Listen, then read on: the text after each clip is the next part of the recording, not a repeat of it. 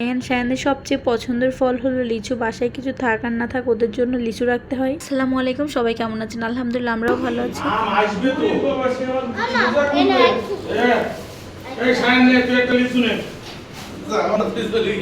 হ্যাঁ ওরে বাবা, লিচু নিয়ে এসেছে দাদা। যাও এখানে যাও, যাও এখানে যাও, লিচু আমার এই তখন বুঝতে খাবো না। যাও, আমার মোজাটা কে খুলে দিবে? আগে মোজা খোল। বাবা ওরে বাবা রে, কত যত্ন। আগে লিচু খাও, লিচু খাও। দাদাকে দিল, লিচু খেয়ে ফেললো। ওরে বাবা, বাবার মোজা খোলার জন্য সে লাফিয়ে চলে আসছে।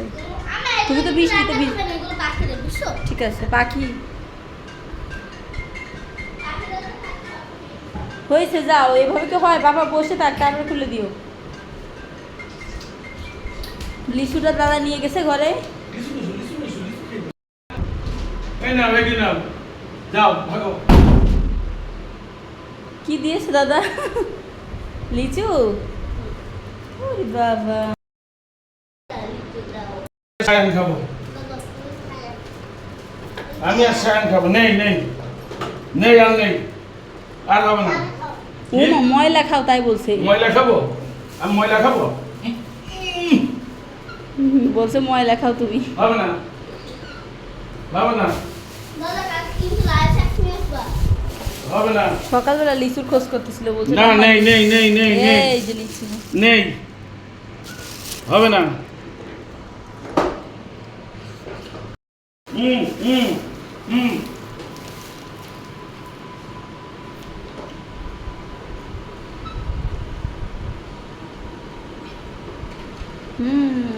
আজকে সকালে রায়ান হচ্ছে ঘুম থেকে ওঠার পরে নাস্তা করে বায়না করছিল যে লিচু খাবে, কিন্তু বাসায় কোনো লিচু ছিল না। এদিকে আপনাদের ভাইয়াও বাসায় ছিল না। আপনাদের ভাইয়া হচ্ছে সকালে কোর্টে গেছিল।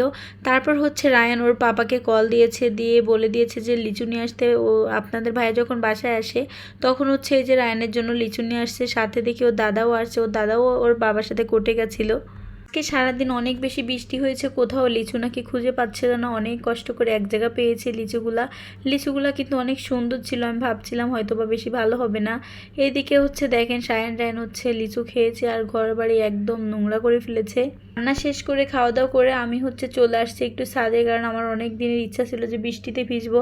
আপনাদের ভাইকে বললাম যে চলো আমরা দুজনে একসাথে একটু বৃষ্টিতে ভিজি, কিন্তু সে ভিজবে না, তার নাকি জ্বর আসবে। তারপর আমি একাই চলে আসছি বৃষ্টিতে ভিজতে। ছাদে এসে দেখি বাচ্চারা হচ্ছে একটা মাছ নিয়ে আসছে, মাছ নিয়ে এসে পানিতে ছেড়ে দিয়েছে। এটা দেখে তো আমার ভীষণ ভালো লেগেছে, কেন জানি সেই ছোটোবেলার কথা মনে পড়ছিল। ছোটোবেলা আমরাও এমন করতাম, অনেক বেশি মজা করতাম। সবাই ভালো থাকবেন, সুস্থ থাকবেন, আল্লাহ হাফেজ।